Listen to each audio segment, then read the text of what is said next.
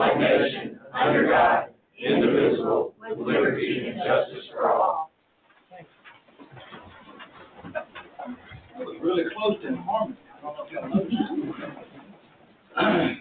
Gentlemen, before you have a copy of the minutes from March 30, 2026 regular business meeting and the minutes from April 6, 2026 agenda setting work session. Look over those. If you find no discrepancies, I would entertain a motion. So moved. Second. Motion by Commissioner Dawson, second by Commissioner Chandler. Any discussion, gentlemen? Hearing none, Commissioner Adams? Yes. Yes. Yes. Yes. All right, so item number 4 involves business involving guest groups, multiple visitors, and this, as I say every time, this is the best part of what we do, is recognizing our youth. And we have a proclamation honoring Madison County High School State Literacy Champion. Now, you have a copy, sir? I've asked Commissioner Adams to do this one. And that is a personal favor to me that he asked to do this. And I will say before I read the proclamation that if pride is a sin, you're looking at one sinful commissioner tonight. Let me say that. Honoring the Madison County School State Literacy Champions, Mary Grace Watson and Carson Best. Whereas the Madison County Board of Commissioners proudly recognizes the outstanding academic and competitive achievements of Madison County high school students who exemplify excellence, dedication, and leadership, and whereas on March 14, 2026, students from across Georgia competed in the GHSA class Quad A State Literacy Competition held in Warner Robins High School as part of the statewide GHSA Literary Championships, and whereas Mary Grace Watson achieved the title of 2026 GHSA Class Quad A State Champion in Domestic Extemporaneous Speaking, demonstrating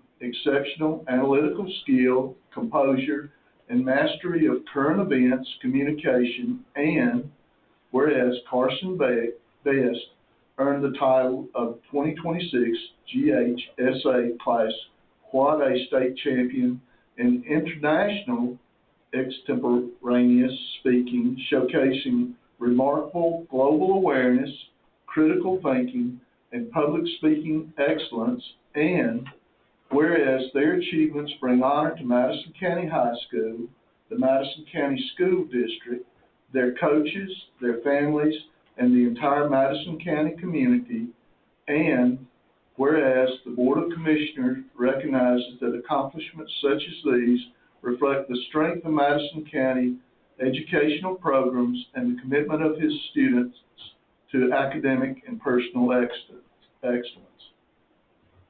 Now, therefore, the Madison County Board of Commissioners hereby congratulates Mary Grace Watson and Carson Best for their exceptional accomplishments and extends its deepest appreciation for the positive example they set for students across Madison County. Gentlemen, I'll entertain a motion to accept this proclamation. So Second. I have a motion by Commissioner Dawson, Commissioner Adams, Commissioner Chandler, and probably everybody else. Any other discussion about this matter? Hearing none, Commissioner Chandler. Yes. Yes. Yes. yes. Yes. So proclaimed this 27th day of April 2026 by the order of the Madison County Board of Commissioners.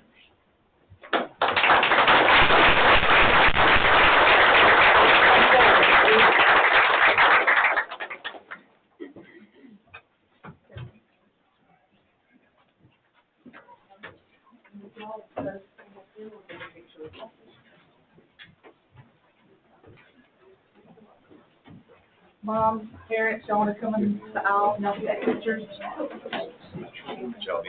Good job. Thank you. Good job for you, sir. Thank you.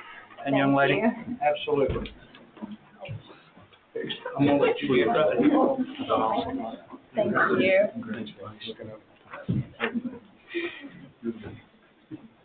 Ready? 1, 2, 3. then we got one more for the newspaper.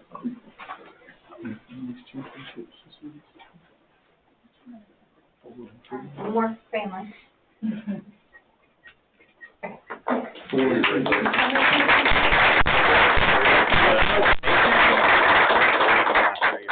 3 and 3. 3 and 3. Stay right here. You gotta get one by yourself with your phone. Yeah. Thank you. I would like to mention that their coach, Mr. Mangan, yeah. Mangan, in 3 years, this is 3 state championships he has brought back to Madison.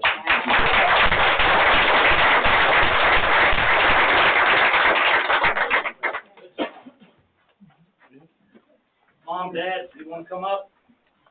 Oh my God. Hey, this is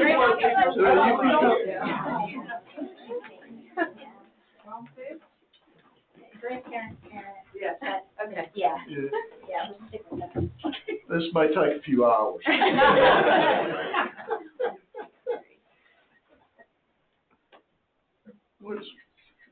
What are you doing that night? He said only parents. No, parents and grandparents. Yeah. Not aunts, not extended.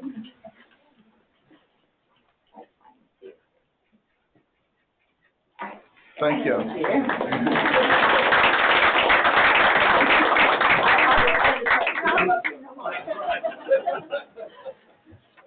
Yes, sir. Reed remiss to say that, Commissioner Adams' beautiful wife right there just celebrated a birthday the other day. She just told me that she's been putting up with Commissioner Adams for 47 years. So congratulations, young lady.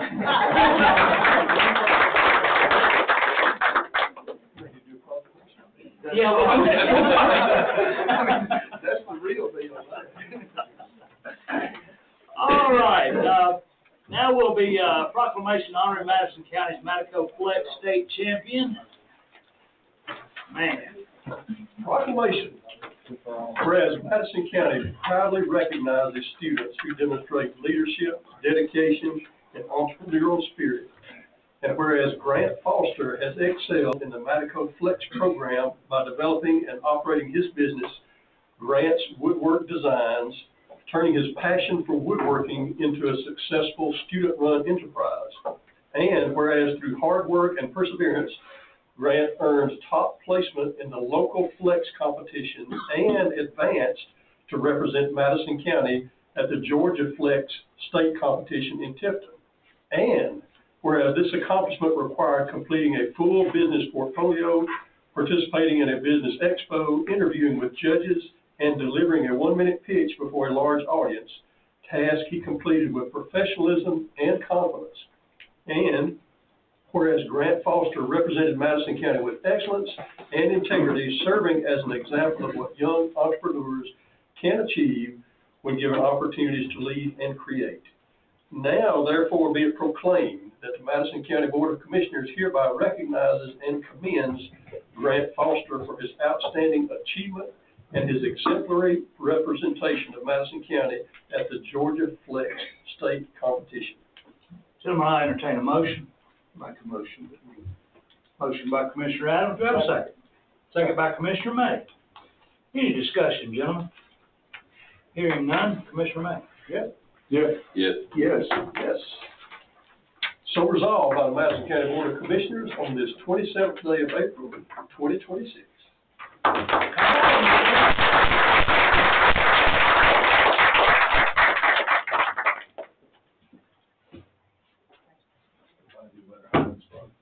Congratulations. Come on up. Big thing. You got the crowd with you tonight. All right. Yeah, we're gonna get them up We'll here. get him up We'll get there. one just like that a minute ago. Thanks.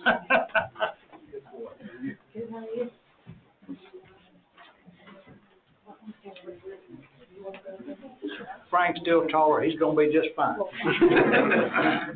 We weren't worried. All right.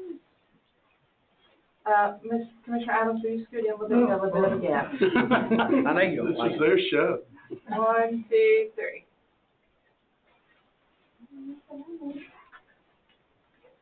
And then we're gonna take one with the chamber. Perfect. Come on in. Good morning, me. 1, 2, 3. So Grant, I was down in South Georgia, and I met the young lady that started this program, and she was bragging about you. She's a really, really, really nice person. I really like her. Well, I tell you what, you may be on this board before long, son, because you stay here a lot. Getting recognized for good things. Congratulations. Thank you, sir. Good seeing you. Really proud of you, son. Thank you. I appreciate it.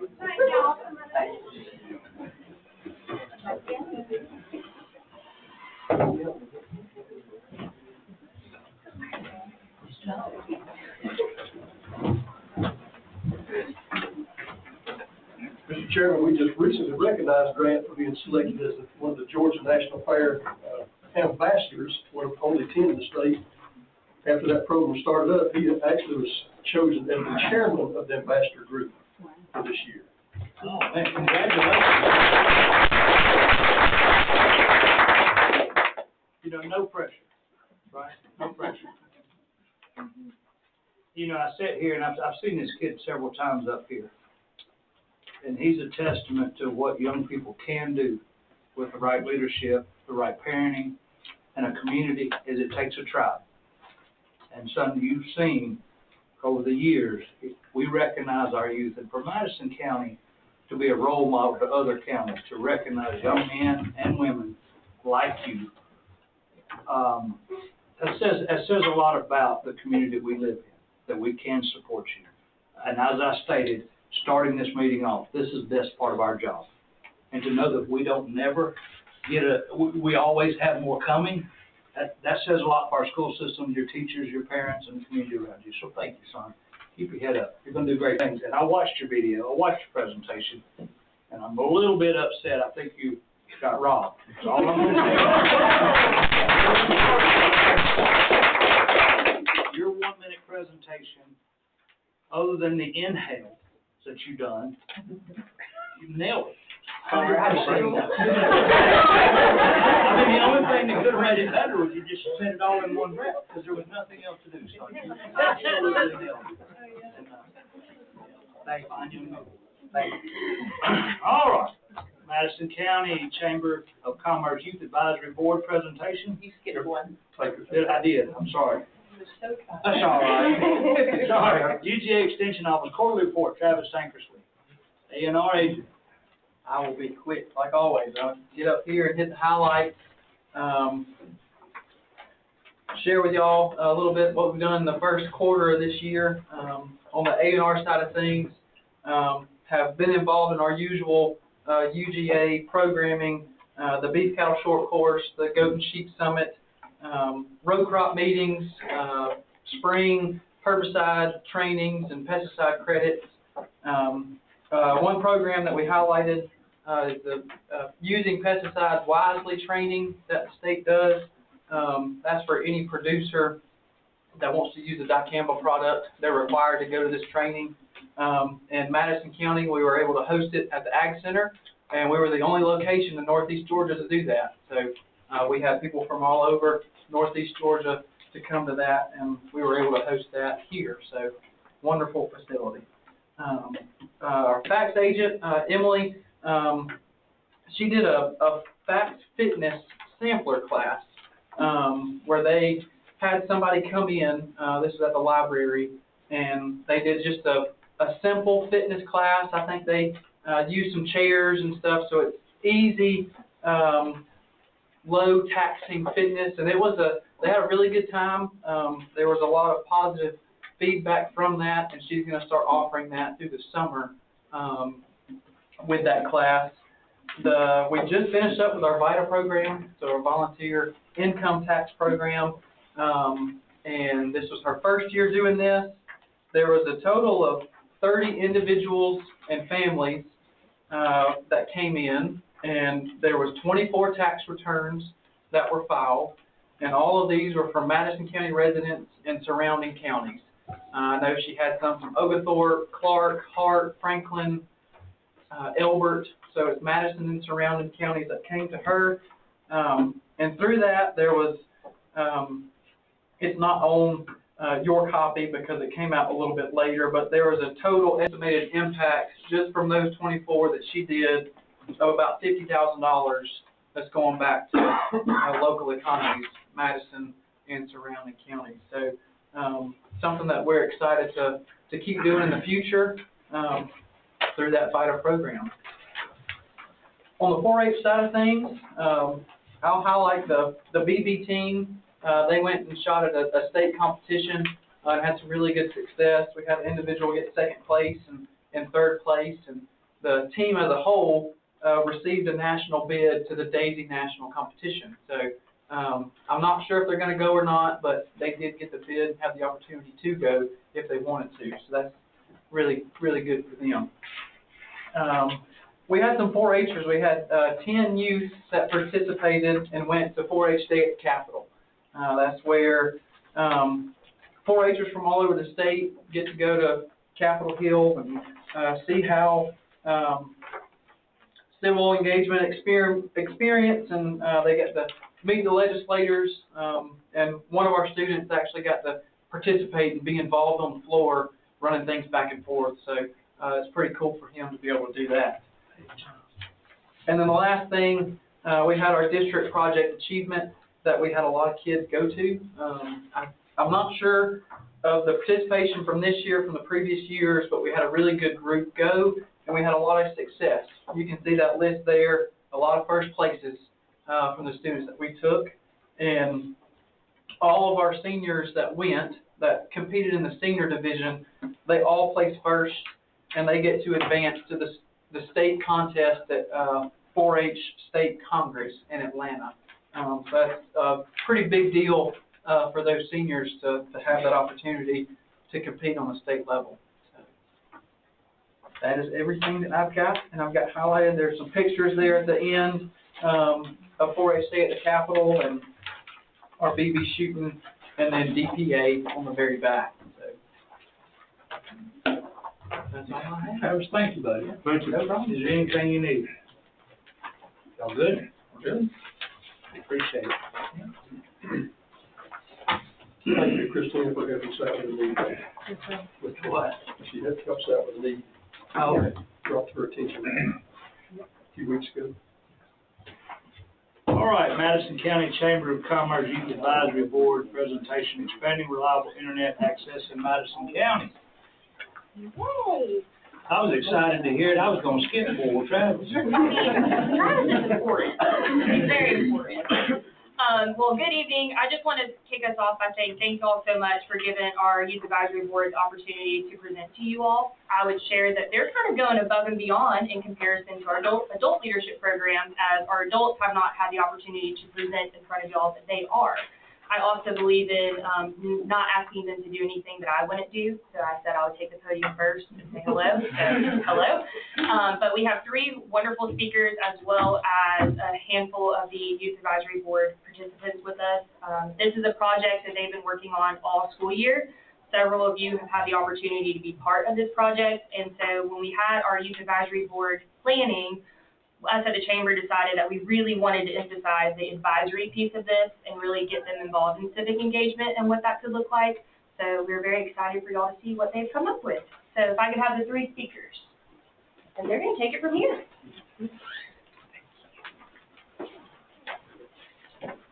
Welcome.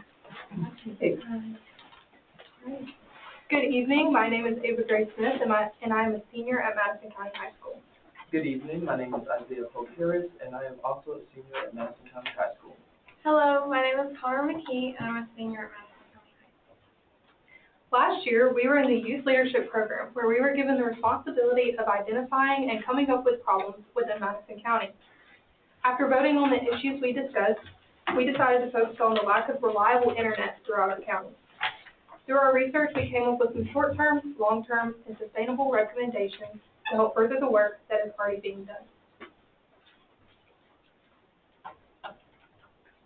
From our stakeholders, reliable internet is mandatory for the infrastructure of Madison County to support our education, our business, and our economics.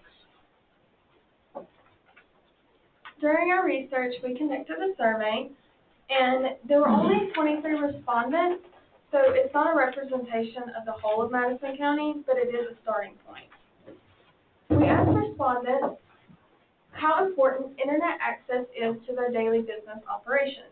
And as you can see, the results indicate that all respondents said that it is very important. One business even said that internet access is vital for their POS system, payroll, communication with vendors and customers, advertisement, and more. Another question we asked was for respondents to rate their satisfaction with their current internet service on a scale from 1 to 10. 2/3 said that they had no issue at all, but we want to focus on the other third who said that they were unsatisfied with their current internet connection. One business even had to install or pay Spectrum to install a dedicated business fiber service for their business to actually work. These internet issues can be avoided by the installation of additional fiber optic cable lines. We also asked respondents if they knew a solution to this problem. And as you can see, there were 30% who said that they did not know, but the other 70% said these solutions. From this research, we've created some short-term, long-term, and equity-focused recommendations. Our short-term recommendations are using the pre-existing rec department Wi-Fi to host internet cafes and promoting these events with flyers. Supplying Meals on Wheels delivery drivers with iPads or computers that can act as hotspots so that they can give them to the people they are serving. As well as increasing the usage of the internet bus by the library for events around Madison County, and also the creation of more buses in the future. For our long term, we need to invest in the broadband infrastructure like fiber optics network and put them in rural areas or areas that there are severe connections. We want to encourage more competition and providers among the area. We want to collaborate with the IDBA to expand more connectivity around everyone. We want to also prioritize underground infrastructure like the fiber optic, just in case, like, for example, if there was natural disasters, Georgia always has bad weather. It's very unreliable. It'll be more durable to have fiber optic underground than an aerial line. Finally, our equity-focused plan is to take the suggestions from our survey on the recommendations and find the most needed areas for internet. And once we find these areas, we can focus our resources in those areas, and that will encourage competition everywhere instead of in just one place. And finally, we should get involvement from our NCHS students so that we can get the education side of internet access. With all of these goals in mind, we have crafted a suggested timeline. Phase 1, which is before the next school year, having the flyers put up around Madison County to promote the internet cafes or the iPads for Meals on Wheels delivery drivers. Phase 2 is within the next 2 years, working with the IDBA's economic developer, allocating for more funding once the money from the $18.7 million grant y'all already secured is used up, hold newly elected officials accountable, and share more information with the public about the process. Phase 3 is within the next 4 years. Continue to invest in stronger infrastructure, support competition among providers, and focus on low internet areas. Phase 4 within the next 4 years. Our end goal is to create a balanced approach with accessibility, affordability, and sustainability in mind in order to improve the quality of life while also supporting economic growth, educational success, and overall community resilience. We want to work with different partners like the community groups and nonprofits to work with low-income residents. We also want to work with the BEAD program, our federal partners, to fund things for the internet. We want to work with our healthcare providers to get access through our elders to provide telehealth. We want to also work with internet service providers, partnering to discuss expansion over different areas. We also want to work with our local industries, our chambers, to get more public support on the internet. We want to work with our local governments, our leaderships, to evaluate different infrastructure ideas for the fiber optic. We also want to grow more support through that with working with our local government. We want to work with our state to build a firm plan for the fiber optic. We want to work with our schools and libraries so that they can show the impact of how the students are getting that internet. So the impact, with that being said, if the schools and libraries take the impact from the students and show them to the states, our chambers of commerce, of how they're impacted with internet, we're able to get a better plan and get that funding, get that support, so we can have what we need to have better connectivity in our county. Because if it affects our students, we can't grow. We can't grow in the long term. Now you might be wondering, what could these potential partners actually bring to the table? With better internet connectivity, our county could improve its local economy, healthcare, public safety, and education. From an economic standpoint, improving internet connection would expand local business growth, investment, and overall economic drive. In healthcare, patient connection is so important, and improving access to programs like telehealth or other patient monitoring services could ensure the health of our local community. Additionally, reliable communication is essential for public safety, as it quickens emergency response times and helps all areas have equal access to emergency services. Lastly, education is crucial for the future development of our community. Stronger internet connectivity can help expand student communication, access to materials, and off-campus learning. Without reliable internet, communities fall behind economically, educationally, and socially. Investing in broadband is an investment in the county's future stability and growth. To summarize, I would like to emphasize our main goals, which are to continue to apply for and allocate funding, create or approve a county broadband plan, ensure accountability from all parties involved, prioritize broadband expansion, partner with internet service providers, and support digital equity programs. I would like to thank the stakeholders for putting their contribution in our research and our presentation. I would also like to thank the commissioners for their time. Hi, does anyone have any questions? With y'all surveys and working with the students, did y'all identify what you think are the underserved areas of the county? That is something that we didn't necessarily look at.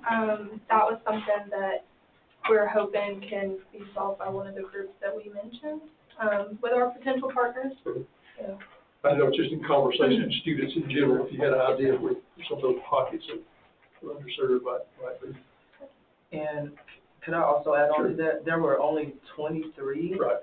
So if we could have more surveys to more, we could get a better idea. Did y'all actually, you surveyed more than 23, I suppose, but, or you just? We did survey 23. Oh, okay. Yes. So that's what the time allowed, okay. Yes, sir. So this could be the surveys, I guess, would be a larger plan for maybe the broadband, planning and all that kind of stuff. Yes. So y'all could share those kind of things those questions you asked and all that. Sure, of course. You mentioned this was the topic y'all picked. I'm just curious what the other options were that y'all discussed.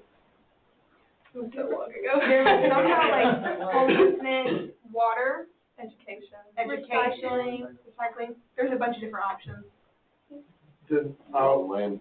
go ahead. I would say, well, and kudos to y'all for landing on the most highly discussed topic in the nation. Very good. If I may echo Commissioner Donster there, for your generation, in listing and looking at the things that are priorities, obviously internet is much more where you're at than where we are, you know, and I'm just overwhelmed at the continuation and of our students and how they can put this program together like this. And thanks to the Chamber of Commerce for being mentors in bringing you guys together and putting together this presentation. The only thing I could possibly say that would be negative at all is I wish y'all had been here to inform us of this a couple of years ago. But we are more challenged by this than you can imagine. In your work on the project, did y'all identify other counties or other areas that you think have done a very good job with that, with this, and use that as sort of a guide to your recommendations? Well, Jackson County has an economic developer, and I know that y'all are looking to hire one, so that is really, we really found that idea from that.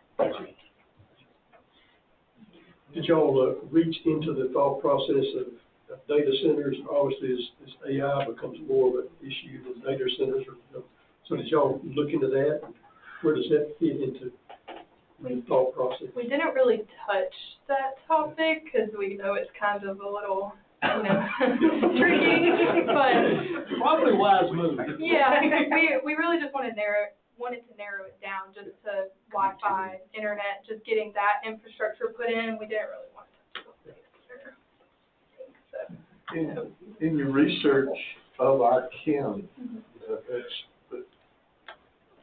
geographically, what area is the most underserved in our county? If you were to look at it, and there was that map that we saw, and there was like, the areas that have good internet are like green, and ours is like orange or red. Mm-hmm. So Madison County like distinctly has worse internet than surrounding counties. And I'm pretty sure it was the DCA's broadband map that had that information on there. Was you able to utilize the county's website? We have a link on the county's website to go to show you some areas of underserved versus served and the definition of underserved. So it's very loosely used because they'll show an area served, but then you ask the people who live on that road and we said, no, we don't have internet. But it meant it was served to a location, but not necessarily to the homes. So in case you decide to expand on it, please reference that site on our website, that link for broadband maps. I think Christina will put that on there. So y'all focus mostly on businesses, right? Yes. So, but I guess that just knowing that you're at school, do you hear a lot of your fellow students that have real problems with the internet and being able to do their work? Yes. And I suppose that probably maybe goes back to those underserved areas. Yes, sir. Yes. So with the data that we gathered, that was actually a survey sent out through our Chamber of Commerce. So that's kind of why a lot of our data was from businesses. Right. But in the slide that I touched on talking about public safety, education, those were just some main highlighting factors that we wanted to touch on. But to answer your question, yes, we hear it all the time, and especially at school, if the power goes out, that's another issue, but not entirely, sorry. But obviously that affects, our Wi-Fi. But, the Wi-Fi can be a little bit difficult because all of our learning is online now, so, yes. And I would like to say, if somebody doesn't have internet at their house, there's limited hotspots that the school can actually give out. And so if they've given out all their hotspots, they can't give out any more to anybody else.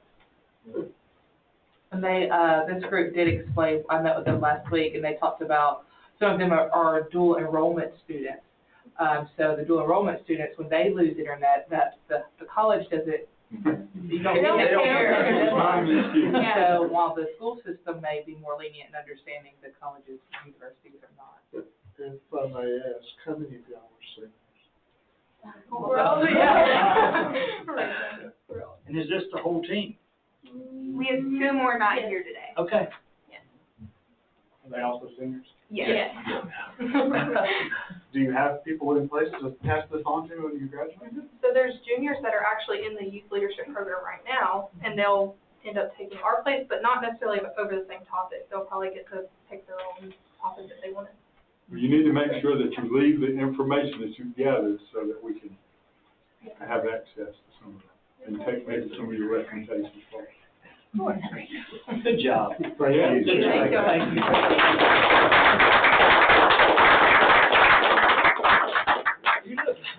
Are you okay? Yes. group, they came in, I'm gonna embarrass y'all a little bit, and I'm gonna embarrass the board a little bit. When they come in, they were a little nervous, and I had them stand up here, and I was like, look, just think of all these guys, they're like your grandpa, they're almost all are like, except for the great faces, we did, they're all grandpa, so, well, it's Todd. We barely know what they So I was like, they're gonna be fine, don't worry about it. We can't even spell it. I would like to say that it really pleases me because I know 3 of these young ladies, and I've seen them at other events and speaking engagements, and Madison County's future is nothing but bright. Yep. Y'all are awesome. Thank you so much. Very good job. Christine is a mentor and working with them and any advisors, y'all, we get a photo of y'all. Absolutely. Great. Oh, by the way, since y'all have been working on this, I don't know if y'all noticed, but things are changing. It's probably topics 2 or 2.5 years old for us. But one of the things you mentioned was competition, and since competition started, the one provider that essentially had a monopoly, they've upped their game, and they're putting fiber in a lot of places. So the kind of work that y'all doing has drawn attention to it, and things are already moving. Unfortunately, it is overhead and not in the ground. Well, they're very smooth. That's funny. It's better because they're not around. That's the brother. I'll move this out of the way.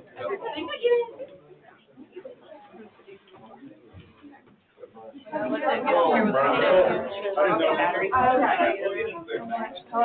gotta let Melissa on the front.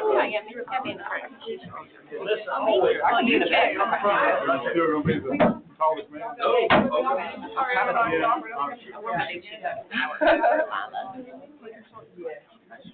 Maybe they can't see.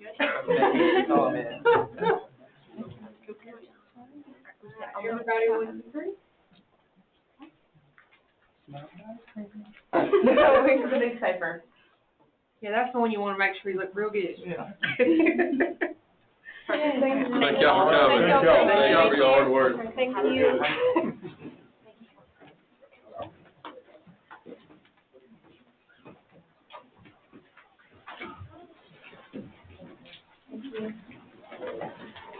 Ms. Sharper, this is part of your team, I guess. You students? My role model.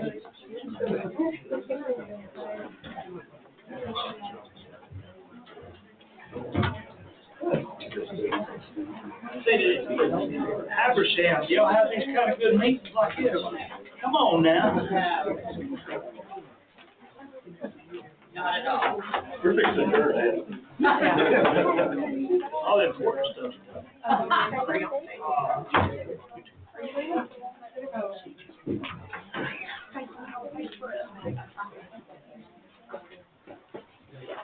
Sign the insurance renewal, Mark 3. Ma'am, would you like to come forward? Good evening. My name is Jacqueline Wood. I am Mark Green's medical consultant. I'm here today to present your renewal for the county. We'll just give 1 second. Yeah. Well, we'll talk about this. Say your name. I'm Dagmar. Dagmar. Everyone calls me Dag. So, who can guess where she's from? It's not South Alabama, because I thought that was it. It's not. I'm from Denmark, Northern Europe. I lived here since 2014. It's been a while, but the accent's fixed. The accent's fixed. There's still some words I can't pronounce, but we're getting there. Well, there's words in Georgia that we just pronounce differently anyway. So you're really not from South Alabama? I know, it's just a surprise, right? I got the y'all down. I can say y'all. Y'all. When you get to yuns. Yeah. I don't think I've heard that one before. Yeah. Yeah. Okay, I'll get started then. I know this is everyone's favorite topic, medical insurance. On the first slide, I like to go over how the whole, as a country, is doing trend-wise on your medical insurance. I'm a very big nerd. I can go very big in detail. I'm trying to keep it overall. Just for reference, overall, like specialty drug pricing, which is also hitting the county, has increased by over 15% annually across the U.S. On top of that, there's a lot of merging happening with hospitals. We're seeing that across the state as well, which is ultimately giving more power to the hospitals and how much are being charged. The same goes with smaller doctor practices that are being bought out by bigger ones that ultimately impacts the pricing too. And what happens is your premiums are based on a claim. So the more your hospitals and doctors are charging, the higher your claims are, and ultimately the higher the premiums are for the carriers. Another thing that I really like to point out is chronic diseases. 60% of U.S. adults are the cost of 90% of total costs. That is unseen, and this increases every single year. Why I like to point this out is because chronic diseases is something it's not gonna stop. Lifestyle diseases is usually something we can have an impact on your claims with. We can try to work that down, but chronic diseases are not going away. They're gonna keep growing. And every year, just like your gas has been going up with inflation, grocery prices, the same goes with medicines, hospital care, because they also need to pay their bills. And that's why we're ultimately seeing an average increase across the U.S. on this renewal year was between 14 and 16%. Mind you, when I learned this in college, we used to be taught that it needed to be 4 to 5% increases that need to be built in. Nowadays, we're being taught that it needs to be 10 to 12% just for an average increase across the U.S. It is very crazy numbers. And on top of that, we're seeing more and more cell and gene therapies, which is great. They're great cures. They can help a lot of diseases. But just to put into reference, an average cost for that is $1 million. And that's for one dose. These are not guaranteed to work the first time, so sometimes you need 2 or 3 rounds. That's $1 million each. And when we're looking at claims, the goal for claims is to cover by the premiums. $1 million, unless you're a huge county, that's going to be all your annual claims for like a whole year of premiums. So I just like to point that out, but it's really great resources. The next thing I like to touch on is GLP-1s. We're hearing and seeing this everywhere. These are great medicines that help diabetics, weight loss. It's coming up with drug addictions, mental health, sleep apnea. The list keeps growing on what it can help on. The only thing with these GLP-1s, they're also increasing in prices. They're also becoming more and more common. A lot more are asking for it because there's really great ads for it, social media. You just hear about it everywhere. At this point, everyone knows their names. They know all the medical names. It does just have a really big effect on claims. This year, we're starting to see that up to like 20% of claims are related to GLP-1s at this point. It's great that it's working, but it's having a big hit on claims carriers. We're not expecting this because we can't predict the future. But also just to put into reference, so GLP-1s, they got started by a Danish company where I'm from. There is something called PBMs, that's your middleman between your pharmacy and the ones that create the drugs.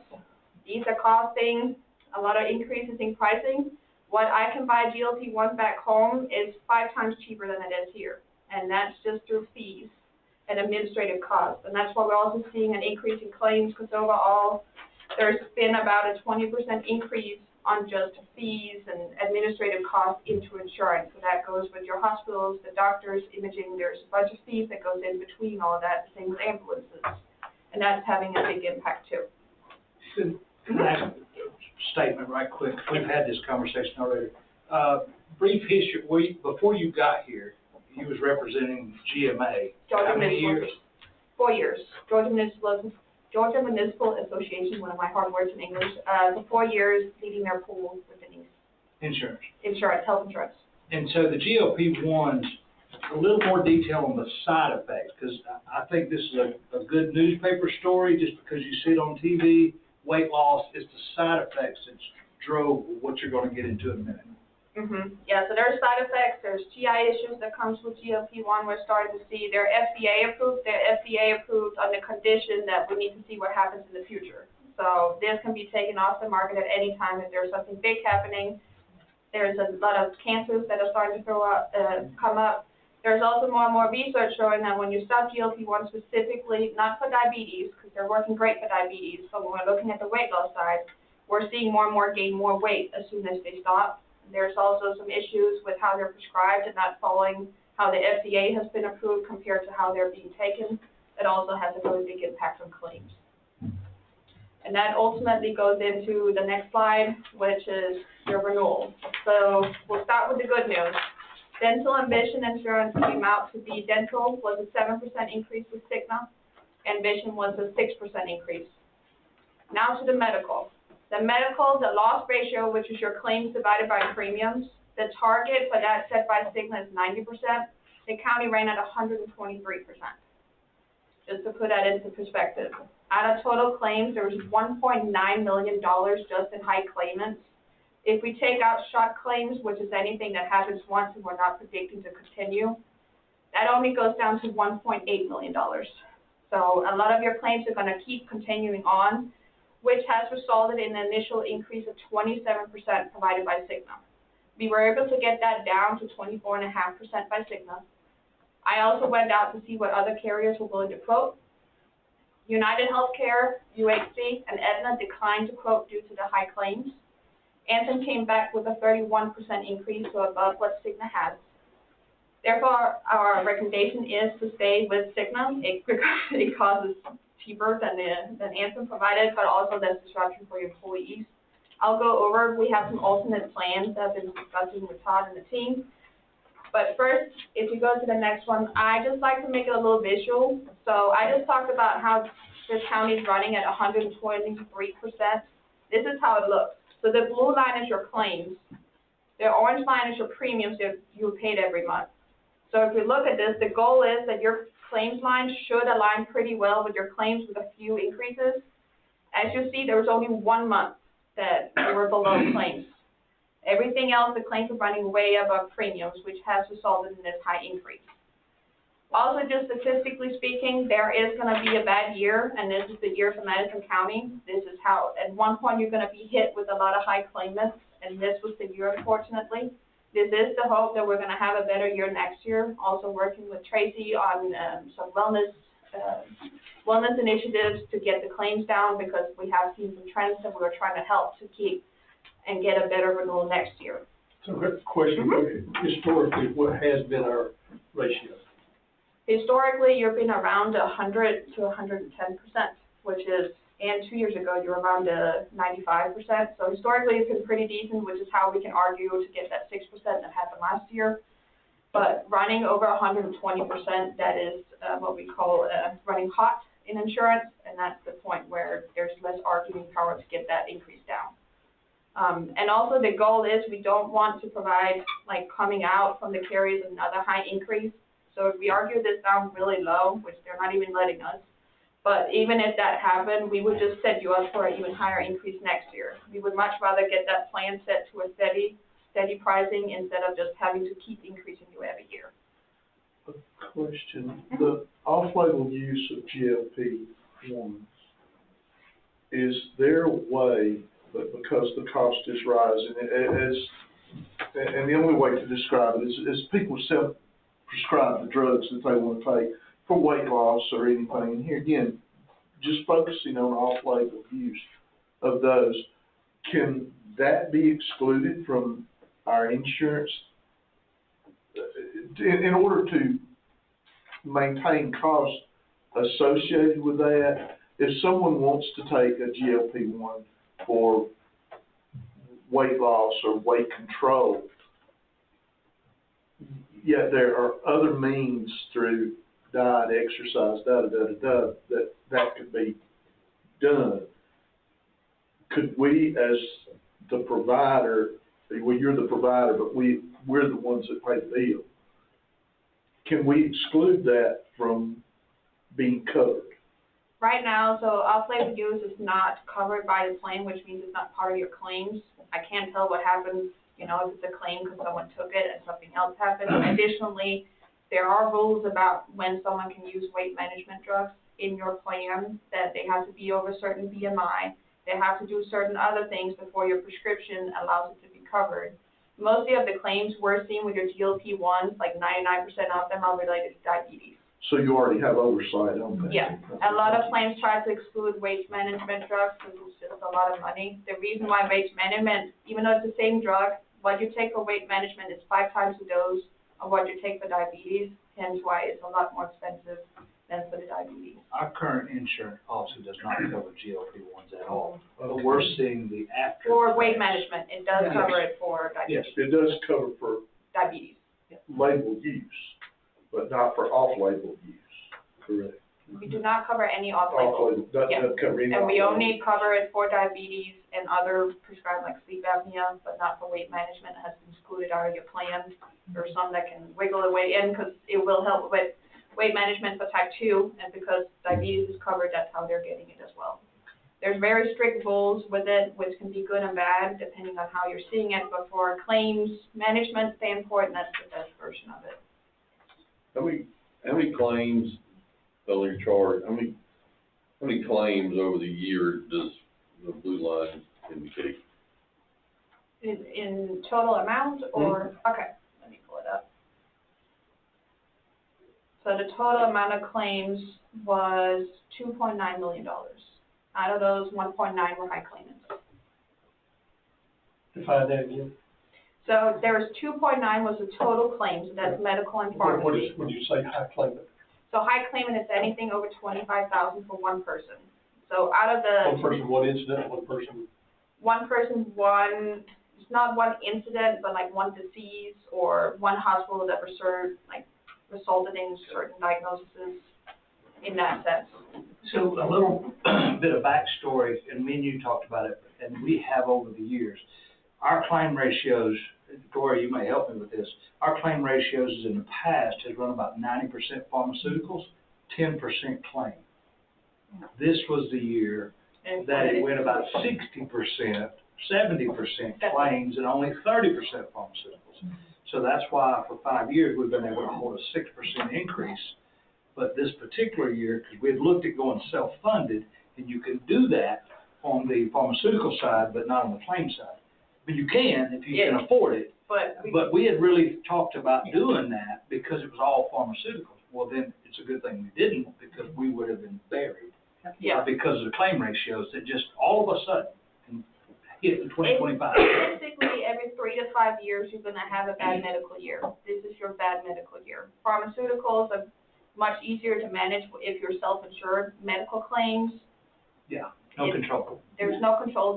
It's just is what it is. There was a lot of trauma, a lot of chronic conditions that was flaring up, a lot of lifestyle conditions that ultimately just led to you having $1.5 million in medical claims.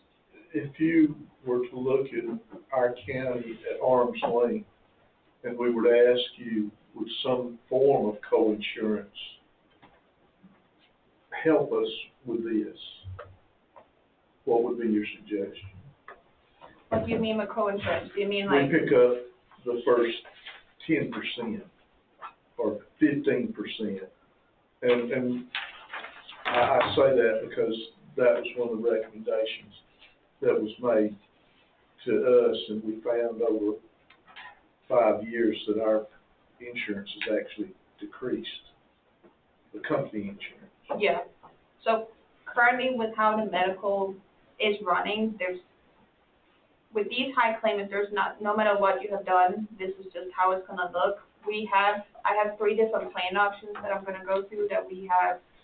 So one option is with the 24.5% is we're just keeping the same plan. If nothing happens, we're delivering at 24.5% by Cigna. The alternate option number 1 is ending at a 19.7%. And what's happening with that is we're doubling the deductible. Across your population that's enrolled, most are not even hitting the current $1,500 deductible, so increasing to a $3,000 is not going to hit most. Most are using copays. It is going to hit the ones that have been high claimants a little bit, because the high claimants, they are hitting their deductibles, so taking it from a $1,500 to a $3,000 is going to have a bit of impact on them. But saving that 5% on the total premium, I would recommend is definitely worth that change and helping the budget, because I also looked at a more extreme option. The problem is with where the county is currently at, I don't want to mess with too much of it, because if you increase copays too much, people are going to not go to the doctor. And not going to the doctor is going to impact your claims a lot more. Because what we want people is they go to their doctors, they go to their annual, because what happens is instead of just pushing it off and ending up with a heart attack in the hospital, they're going to take their annual, they're going to get the liver test done, they're going to see maybe a high cholesterol. Cholesterol medicine is like $5 to $10 a month for your claims. Easy. It doesn't cost much. But if you go to the hospital, just an ER visit, you stepping a foot inside the door is $10,000 to $12,000. That's without any extra imaging or care. That's just you going inside an ER across the U.S. So we don't want to mess with the copays much. There is a $5 difference between your current and the alternate, but $5 is not going to have a big impact. By taking it on like $15, $20, compared to the impact it's going to have your employees and what it's going to hit on the premiums, it's just not worth it, because the premiums are not going to be impacted much, but your employees are. We also looked at pharmacy. I'm not trying to mess too much with your pharmacy, because your pharmacy claims are kind of evening out. What that mostly tells us is people are taking their medicine, and that's the key part. When people stop taking their medicine, you're going to have high claims. And pharmacy claims is something we can work with. Medical claims is something we're trying to keep low so we can get some better increases. So in the alternate plan 1, all we've done is increase your deductible from $1,500 to $3,000, and you'll see there's $5 difference on the copays of going to your doctors. We have not messed with the pharmacy. On alternate plan number 2, I went to Cigna and said, what about an $8,000 deductible, just to see the impact. And taking it to $8,000 deductible from your $1,500 gets you from an increase of 24.5% to 12.1%. But that's going to have a huge impact on your employees. An $8,000 deductible is a lot. If you're trying to go to the doctor and you're outside a copay, that's a big chunk of their paycheck. And that's why I'm recommending alternate plan number 1. It's going to make them a little more think about what they're doing with their medical, but it's still going to encourage everyone to go to use the doctors. Yeah, sorry, I know this is a little No, it's different. okay. I should have printed a bigger sheet for them to see too. And we're keeping the same networks and overall the same plans. I'm just messing a little bit with the deductibles, because that's the key part. And also, most people, 50% of your people are barely even hitting $500 in their deductible. Yeah, and to that point, a little bit towards Commissioner Doctor's question a minute ago, so we've got around 180 employees. And honestly, what you're seeing is about a 20 employee spike. Yep, 22 employees are responsible for 77% of your claims. Cholesterol, you mentioned cholesterol. We have people with that $5 to $10 cholesterol medicine that don't take it, and it's caused massive hospital bills. That's been over $100,000 for each. Yeah. So this is why I've asked Tracy to ask you guys about stepping up the wellness program. And we also discussed the scope. Yes. And you guys, we're working on that. They actually won't give us that breakdown. We asked for it, they won't give us that. No, you can't. No, you can't do that. Thank you for not giving it. But anyway, we're trying to get some of the services back that was discontinued, not because of you guys, but that scope program that we have is really beneficial, because it can detect heart attacks. Yeah. And we can do it right here on site. We actually had a patient that was detected and left here and went straight to the hospital because he had some clogging arteries that was picked up on that scope, so we actually dodged a bullet, or at least on the front end. Yeah. So, go ahead. I just wanted them to know that it's not 180 people and everybody's got that disastrous problems. And shockingly, this was not a cancer issue. This was not a cancer issue. This really wasn't a heart attack issue. It was driven through side effects of medicines and cholesterol medicines. Most are lifestyle related. Lifestyle is something we can work on. That's something where we can hit the claims and we can get them lowered. So we're working tightly with Tracy, working out a wellness plan so we can get this down. But any questions? So the only thing that here is not going to impact what our decision is on this, but what we found in the private sector is choosing a plan that significantly raised the deductible in order to get it where we could afford it at the end of the day still cost me money, because the guys turned around, couldn't meet their deductible because they didn't have the money, so they asked to borrow the money for the deductible from us. So I paid for it either way. Yeah. You know, that's a no-go Yeah. Option 3 is off the board. Yeah, and we looked at like high deductible health plans, which is that HSA program, but what happens is, yes, they're cheaper, but they're not that much cheaper, because what happens is when you imply that copay goes away onto the hit of deductible, most employers are expected to put some money into the HSA account. What that ultimately ends you up with is that the exact same price, except there's disruption for employees because they're used to having a copay, and now suddenly it's all deductibles, and it usually ends up being a harder hit for the employees. And budget-wise, there's no impact because what you save, you're using to put into an HSA account. One thing I will mention is I need you to do this presentation for our law firm. Yeah, actually, I was very impressed. Brand new, but I do want to keep a positive note in mind. And the positive note is not about our increase, but about the fact that for the previous 4 years, we've been faced with 20% increases and was able to negotiate to 6. So had we settled on a 15 each year, we would already be here. Yeah. We've actually saved money over the past 4 years of being diligent with our negotiations in healthcare. So while it seems to be sticker shock, we've sort of already paid for it over the past 4 years. Yeah. Well, and here again, this dilemma is nothing like what our friends at the BOE are experiencing. Oh, yeah. Right now. Yeah. Not even close. Yeah, We feel sorry talk for them. about that much. Yeah, once So- you get medical down, there's a lot more, my favorite thing is to fight for carriers, so there's a lot more to fight for to get the lower once the medical is not that high. Could you, one more time, refresh what me and you talked about, going with the option that we think the board would choose to like best, one more time, how that's gonna look? It's the one where it goes from 1,500 to 3,000. Yep. But yet it saves, and it's a $5 increase on copay, Yep. which is not catastrophic for anyone. It's not catastrophic, it's not gonna have a big impact on most employees, it's gonna take you to a 19.7% increase instead of a 24.5%, but ultimately, 95% of your employees are not gonna feel this change at all. And that's also part of what our enrollment team is gonna focus on during open enrollment, because a lot of people will freak out when they see going from a $1,500 deductible to a $3,000, but a lot of that is education. Because if most of them will realize that they're not even hitting their deductible currently, because most of what we do is copays.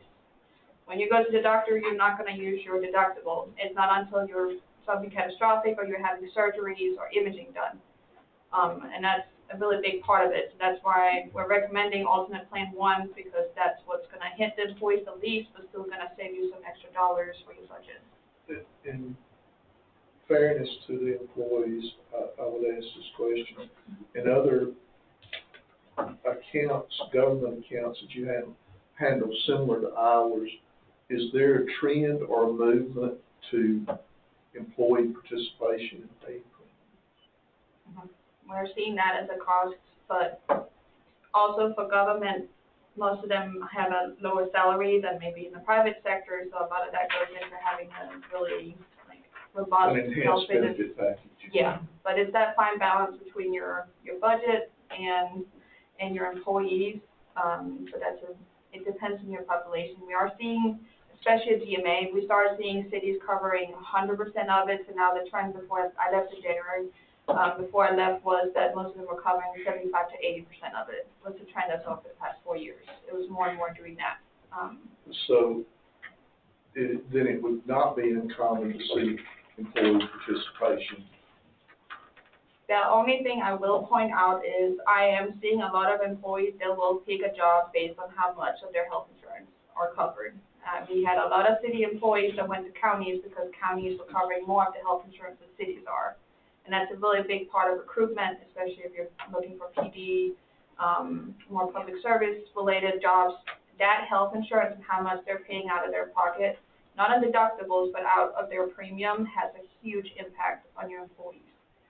That's a lot age related too, though. We'll see that 45 years and older starts looking at the retirement packages, but 20 years older looking at the take-home package. Exactly. So for us, it's more of a retention, even though a lot of our employees don't pay no attention. I'm just being honest, and that's why they will. I mean, they do. They'll go to the job paying $2 more an hour with less benefits, not knowing what they actually have here, or not understanding what they have here. Yeah.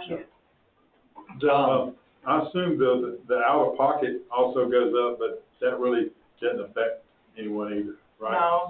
So is that double from what it is now? Yeah, so it'll go, it's not quite double, it'll go from $5,500 to $7,000, because it's all ratios with how the plans are designed by our For rep. 7,000? Yeah. I was looking at it, where it shows 11 Oh, on this, I'm looking on this, it's just, oh, yeah, so 11, so family out of pocket is 11, and now we'll go to 14,000. Sorry, I was looking at individual. oh, okay. Oh, the family, cool. So if you got family coverage, Yeah, but most are just using co-pays. It's your high claimants that are gonna feel that impact, but hitting your out of pocket, I have, It's major medical policy. yeah. Major medical is kind of misnomer, man, but they really. And also the It's like a average, blanket, they cover everything, you really don't have We do major offer medical. those, though. yeah, and just for reference, like the average deductible across the US is $3,200. yeah. So taking to that 3,000, you're right where, and that's average for public sector, not private sector. Average for private sector is between $4,000 and $5,000 across the US last year. I like statistics. So, how many of the counties that y'all represent is seeing somewhat of an increase like this? All of them. I have delivered 40% increases. And some are initial. way higher than this. And this was pretty good. It's just been a really tough year across the board. GMA saw it too last year. All right. So, the recommendation from Mark 3 is for alternate plan 1. Yes, sir. That's what we'll vote on in a little while. Any other questions for her while she's still at the podium? Can you, What's the delta on our budget? I guess I missed that where I zoned out. 19.7% more. So translate that to dollars. That would be, that's what I was about to ask, so Yeah. what is that dollar figure for that alternate plan one? I can read this. yeah, I don't have my calculator or access to internet, so I about can't access. $5,000 a month difference, about $60,000. Yeah. Oh, it's in blue. Yeah. And so $1,000 a month between reviewing what you have now and going with the recommended alternate one.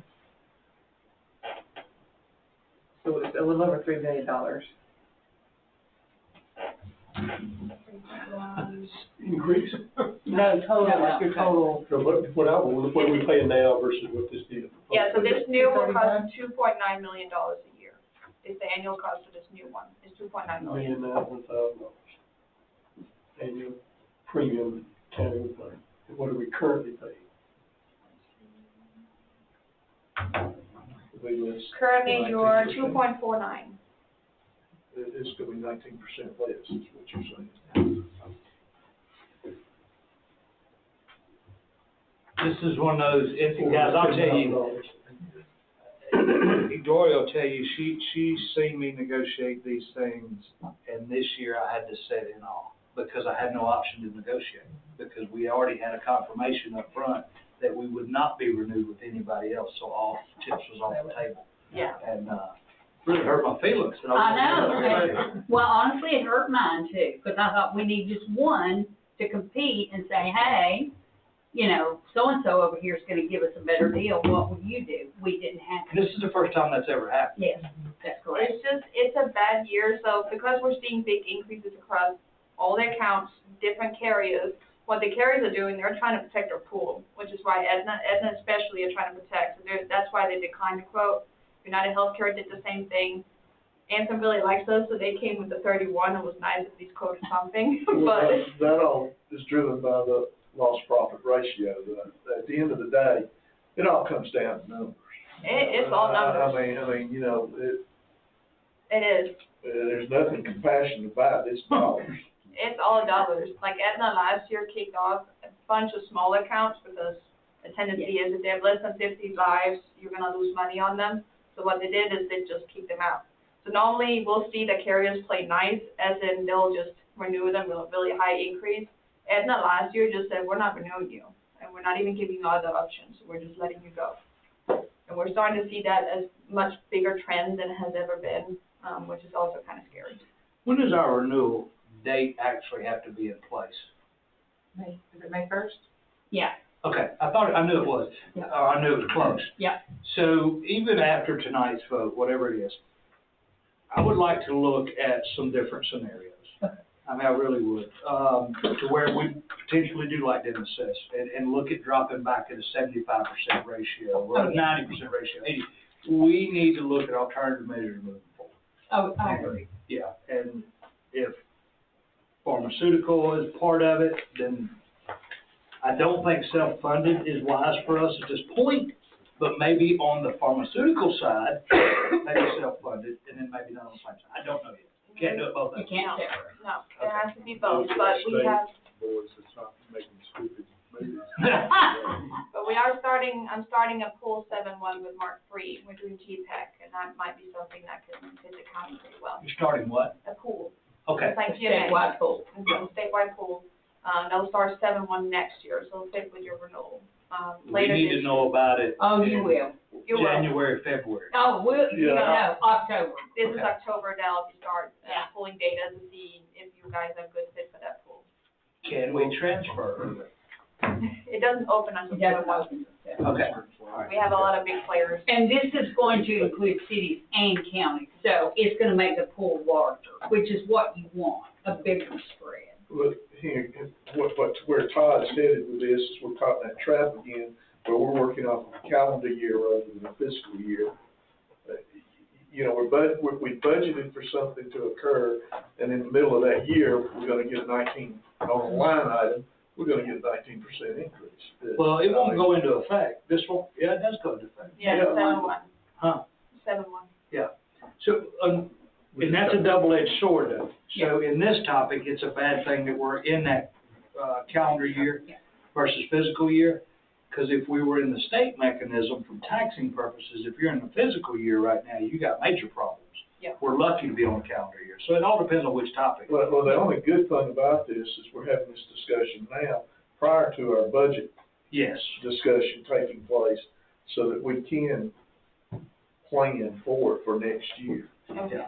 And what we'll do is I'll also have check-ins with Todd and Tracy and looking at the claims, so we can kind of have a better idea of your, renewals coming ahead. Is there,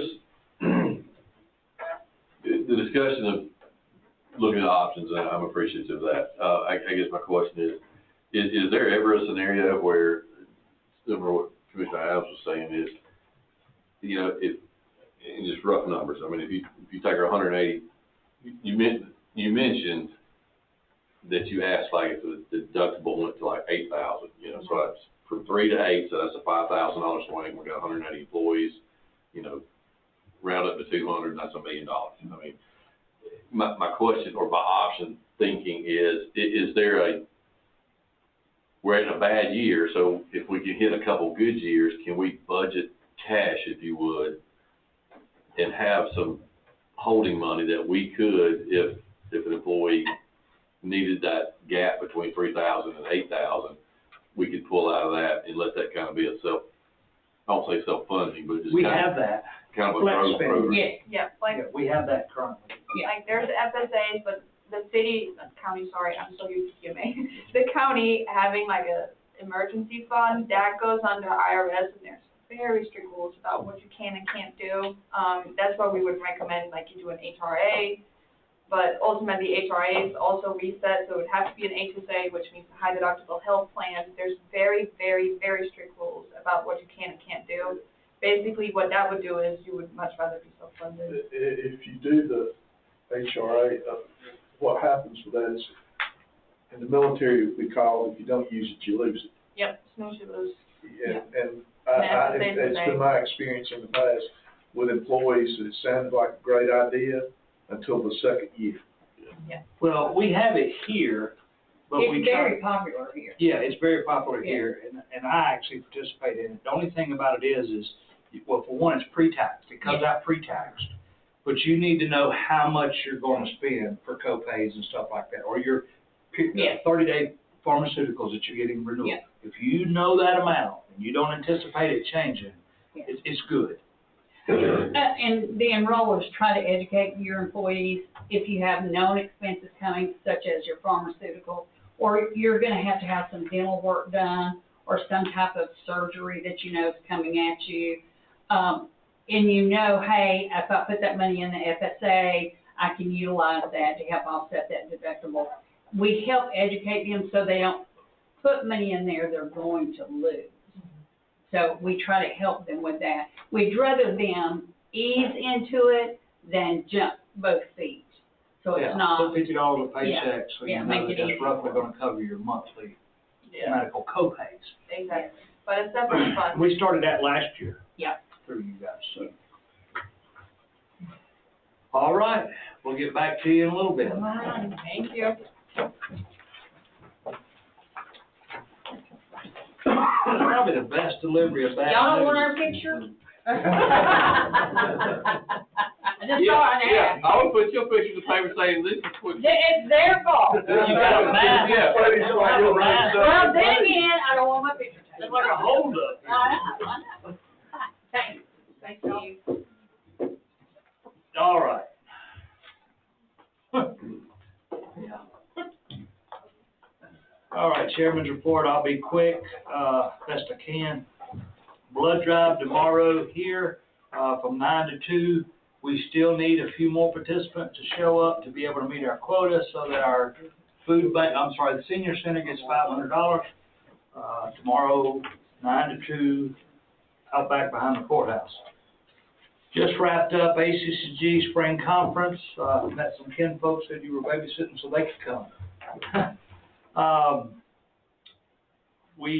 One of the courses that I finished up was the long-term budgeting and accounts in courts. It was a really good class. Unfortunately, we just finished session and the class was prepared prior to the session because long-term budgeting plans are unknown at this point. A lot of the discussion was around the financial state of what our counties are going to look like. There was 159 counties represented there, and I still haven't met one that likes the state's new plan, but we'll get through it somehow. Tire amnesty is coming to a close. This is the final week of the tire amnesty, and we have been able to fill up 4 transfer truckload of tires. I don't know where they all come from, y'all, but we got them. And so if you got any tires laying around your house, you want to get rid of them, please take them to the transfer station. Wednesday is your best day, and Friday. I don't know if it's going to be extended, but as of now, the end date is the 30th of April, correct? Yes. Early voting started today. I have received phone calls already today.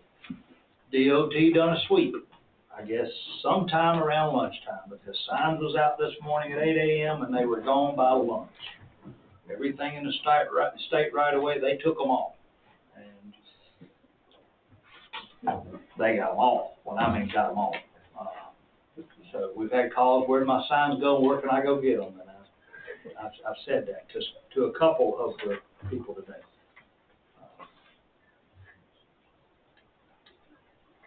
That's about all I have. I mean, Savannah, prayers, please keep thoughts and prayers for the firemen down south and our farmers and the people that own farmland down there. I heard now it's up to about 120,000 acres.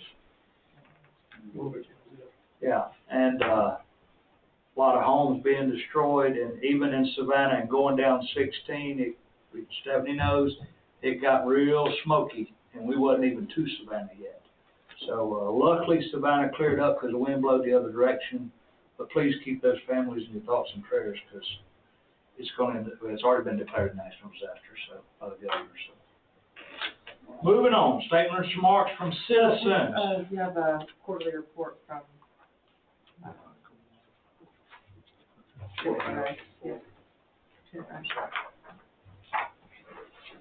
Oh, we've got statements. That's why I didn't see it. Sorry. That's all right. So Courthouse Division Quarterly Report, this is January 1 through 3/31/2026. Year to date, 18,960 people has been through this courthouse. 1 inch of denial, 1 removal, 1 incident. Other than that, weapons collected 332, but I do think we give those back when you go out the door. So, again, Scott and his guys down there, we are very thankful for what they do. That's a lot of people come through this door when there's 30,000 people in the county and 19,000 comes through in a quarter. That's either a whole bunch of quarter or a bunch of tag renewals, I don't know which. But anyway, thank you, Scott. I know you're watching. We love you. Statements and remarks from citizens on tonight's agenda.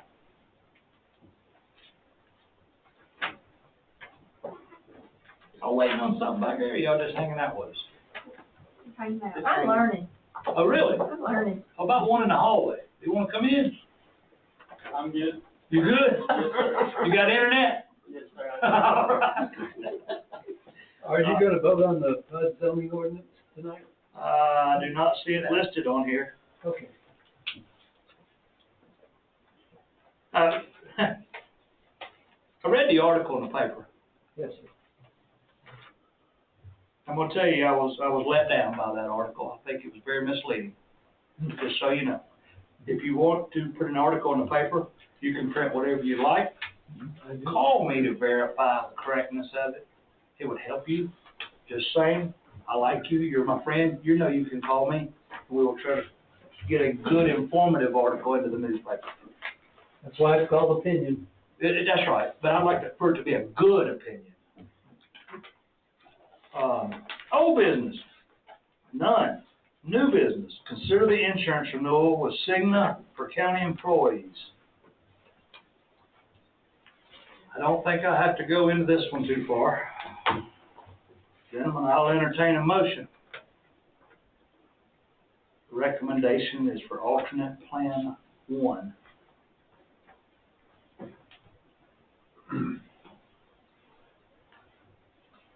I'll make a motion to renew with alternate plan 1.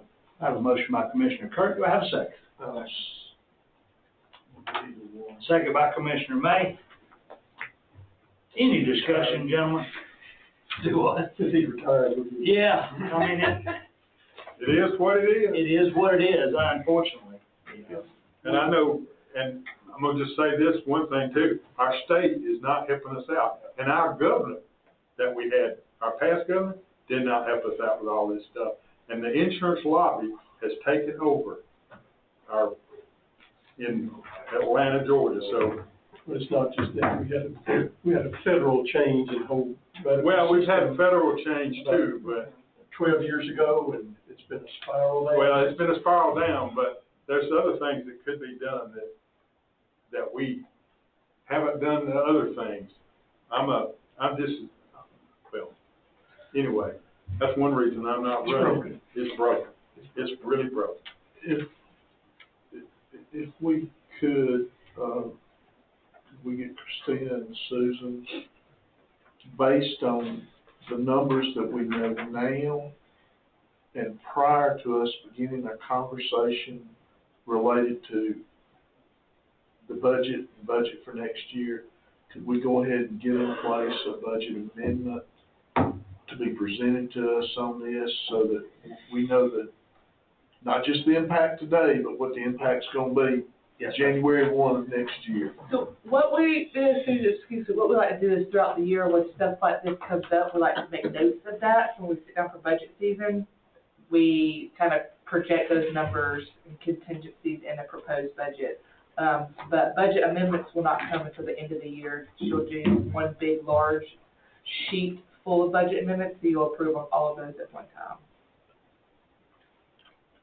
Keeps everything fresh on your mind when you see them all and have them all in one sheet. You can total up all the dollar figures of all the different amendments at once. Well, that and, when you go in and do journal entries into that finance software system and how the auditor reviews those, it's just, they're done at the end of the year. So we're gonna operate on a negative line item Yes. for 6.5 months? Yes.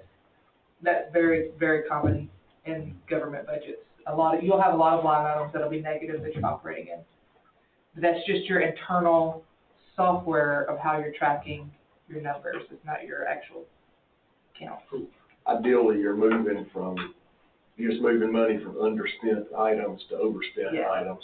If you dip it into reserve, that's by any significant amount, probably the board wants to know about that. I think that's where I'm headed. Yeah. We won't do that. If we're off $500,000 in a budget, then next year when people come in here, the first thing I'm gonna wonder is, let's trim the fat name. No. You know, I mean, I'm kind of sensitive. I'm more concerned with having enough fat to trim. Yeah. That's why, but yes, we understand. We keep an eye on those bottom dollars. We want to be in the green. If we get into some yellow, we'll let y'all know. I think we just did that. Yeah. So I have a motion and a second. Any more discussion? Commissioner Kirk, it's on you, sir. Yes. Begrudgingly, yes. Yes. Reluctantly, yes. Yeah, I agree with all five of you. None of those adjectives matter. I know, but they make me feel better. They do. Maybe my rant made me feel better. So there is a little bit of hope, and I don't know if it'll stick. The governor hasn't signed anything yet. And there is a technicality that's been brought forward. I hope he stands behind the technicality, because tax bills can't originate in the Senate. They have to originate in the House, and because this one originated in the Senate, how we went from a stripped-down hemp bill to taxes, I have no idea. But if he does not sign it, we will at least have another year to try to work out some of the details as to how we're going to pay for this stuff. But What's the signature date, deadline? You know? July 1. no, That's not a second day. Sometime in this 45 days after the last day of the session. yeah, I just haven't counted. it's in May. It's Mid-May, so. yeah, Okay. May 19th. I don't know why that number sticks in my head. Something like that. All right, consider appointing Guy Spencer to the Planning Commission as District 3 representative. Before I ask for that motion, Guy, are you sure? Already asked a few people have asked me that, actually. I'm not sure. And I consider it All right. an honor, thank you. Leave him alone.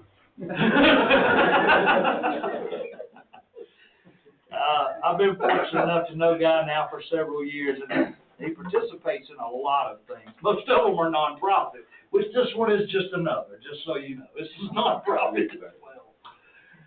All right, gentlemen, I'll entertain a motion to.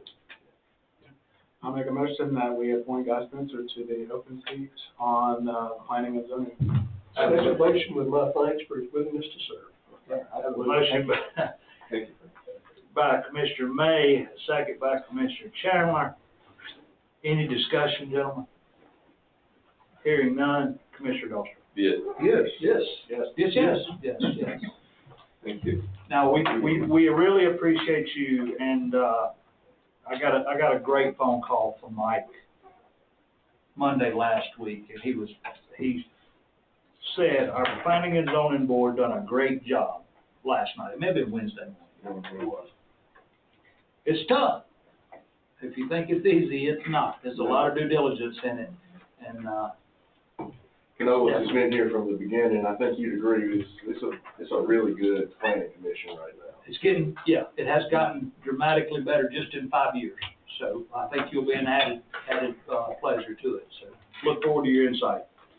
All right, consider approving a quitclaim deed for the water tower located at Hull, parcel 0031008A, and quitclaim deed for the well located in Comer, parcel number 0098-099-01. So we just need the board's approval of acceptance of these deeds. Yeah, I understand. These are just two, industrial authority, water-related properties that just got left out. So Yes. leaving those over. After that, the last one that we did, Stephanie done a little bit of research and Lacey done a little bit of research, and Stephanie and Rodney found these two. So you just need a motion To accept. Yeah, you have a county policy that says people can't just record a deed and give you property. Yeah. You have to vote to accept it. Make a motion to accept the deed the plat and the quick deed, as presented. Second motion. I have a motion by Commissioner Adams, second by Commissioner Chandler. Any other discussion, gentlemen? Hearing none, Commissioner Adams, on Yes. Yes. Yeah. Thank you. Discuss standard specifications for water system connections, volume 1 and 2, and customer policy. So this is what we had, Carter and Sloop, Mr. Eric Neese put together for us as part of a ARC grant, a 50/50 grant. And these were some documents that we went back in and had added. So I know Stephanie has reviewed these, and so has Rodney. And then, at the back, you've got this two or three pages that's, specific to water customers, policy. And between the times that I had this presented and uploaded, Mike and Stephanie have made some changes to that. There's 3 changes that they've recommended, and I can spell those out, send them to you in a separate email later, at a later date, put them out, just before we vote on them. But this was just kind of. And I haven't seen it, I just made some comments, Stephanie made changes, and I didn't have a chance to read those yet. Yeah. And there's a few little things that still have to change. So since we're talking about that, Stephanie, do you want to go over that and ask the board for some of their feedback, or do you feel like this is what, those changes is what's going to work best for the department? Yes, that's fine. So the 3 that Mike spoke about.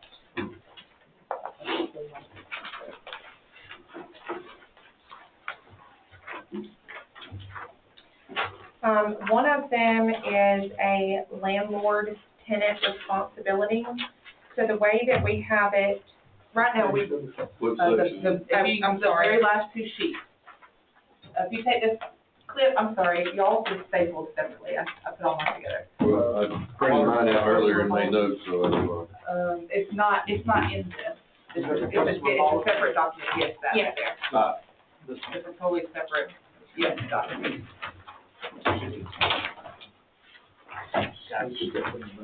Yes. Okay, so this is the short one I showed.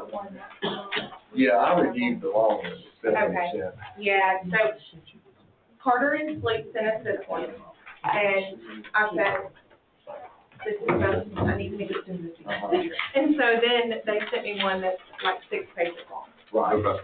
So I can send this out to you guys. This is the one that I sent you, Christina. I apologize. Right. But it is pretty much what is in the short one with the meat on the bone, is how I like to say it.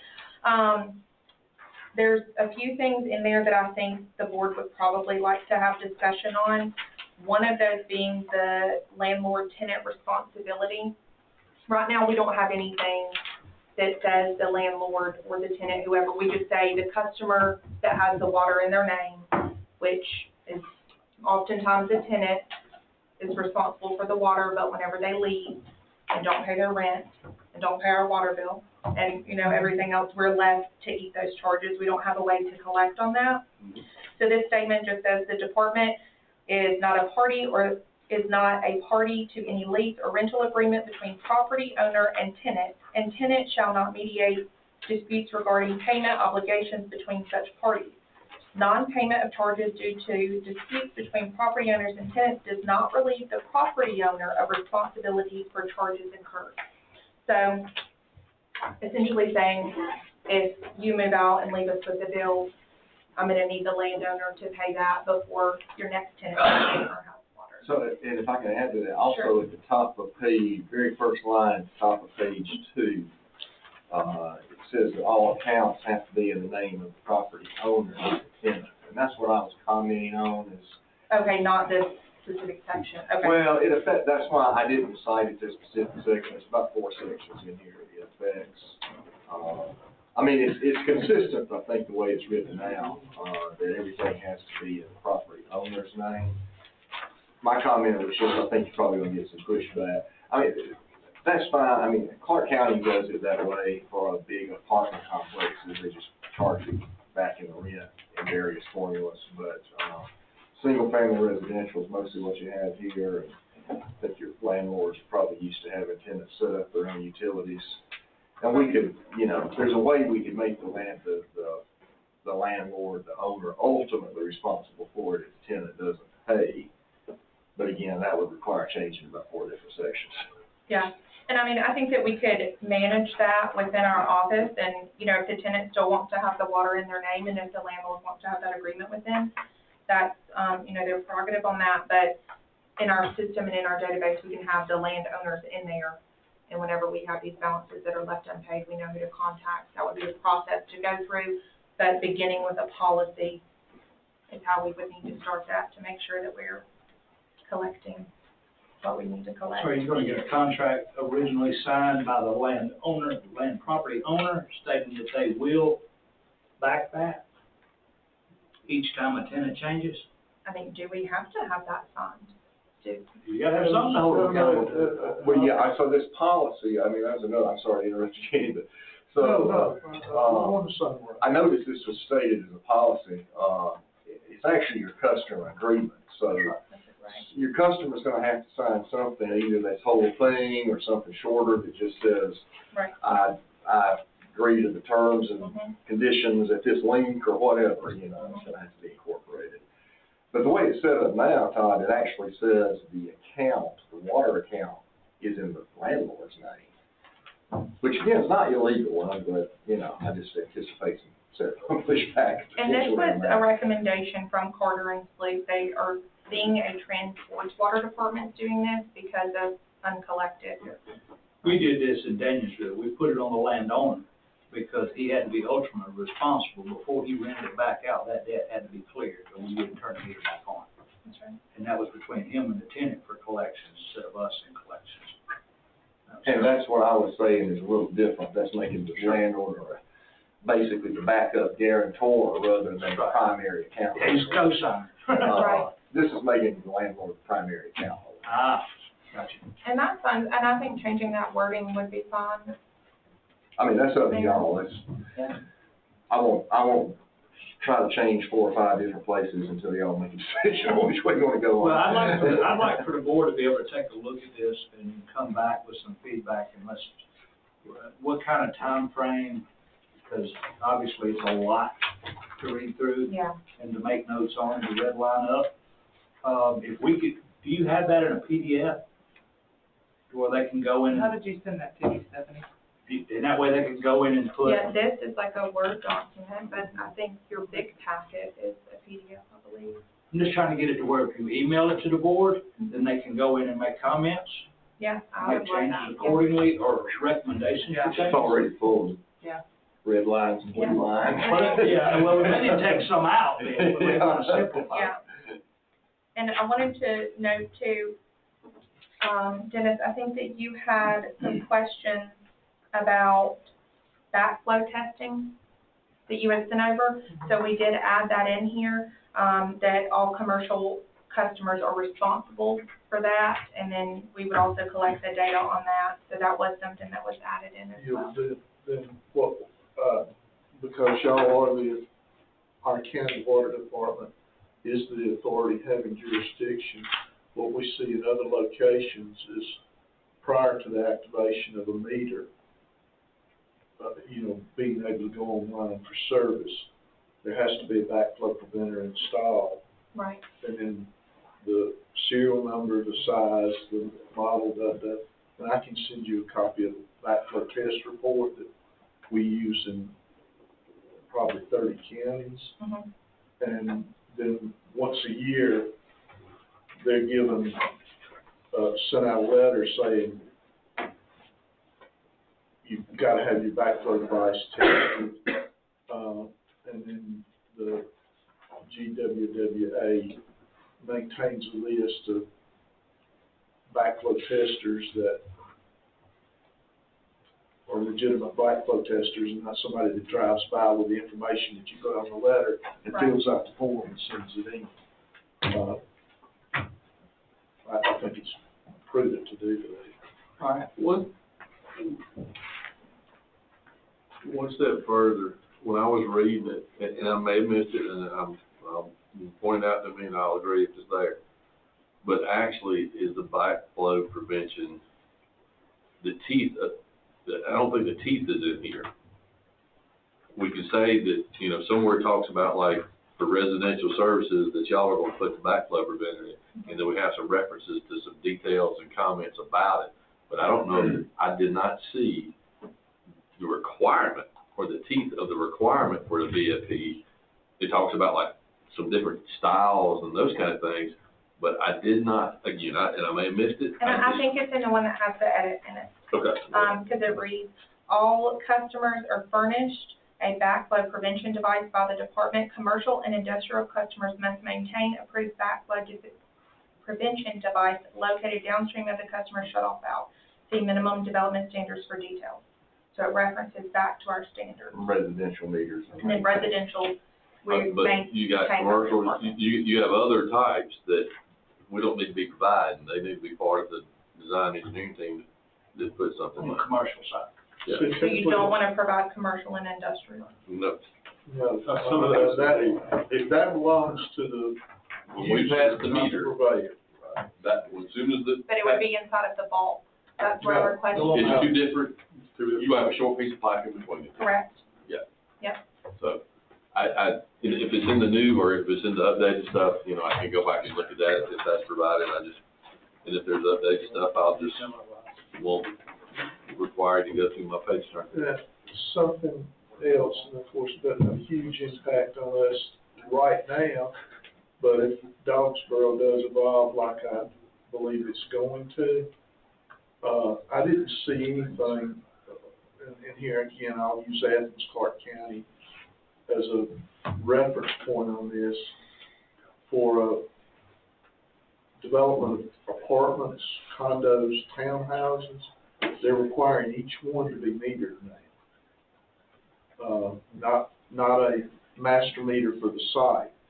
And that, I believe, would be very prudent on our part, because here again, with the folks coming and going, then it's not a question of who owes the water bill. Yeah, multi-owned. And not to legislate that from the, and we have a third discussion, you know, but I'll just say kind of like the exception to the rule, is when, because, you know, inevitable, commercial, bigger developments are going to require lift stations. And then I've also seen it where like you have apartment complexes come in and they want to individually meter and then have lift stations. Well, I don't want to own and manage a lift station. No. And so that revolves back to, I'm going to make you put a master meter in. So if you have a problem, I'm going to cut all your water off. Yeah. So I mean, this is a great start. Don't get me wrong, and I'm not trying to delegate exactly everything tonight, but that I did have, well, that's just part of my brain though. No, I think what Derek's saying is we need to take the opportunity to learn from the mistakes that, for he and I, that we've seen other municipalities and purveyors make, and then they get in a scramble trying to fix stuff after it's already in place, and developers are the same everywhere. Hey, that's not my problem, that's not what you said I had to do. The other thing is what I've seen in the past too is the level, I'll say it this way, the level of risk as a department that you want to take. You know, like in here, talk about variances. It talks about like, hey, you know, what's the variances that's acceptable to the county, or the acceptance made by the county or the designee. I realize those are general terms, and you know, again, but I've also seen it where it puts y'all in a position that it's, you know, I'm not saying I want to see every single residential meter if somebody needs a little help.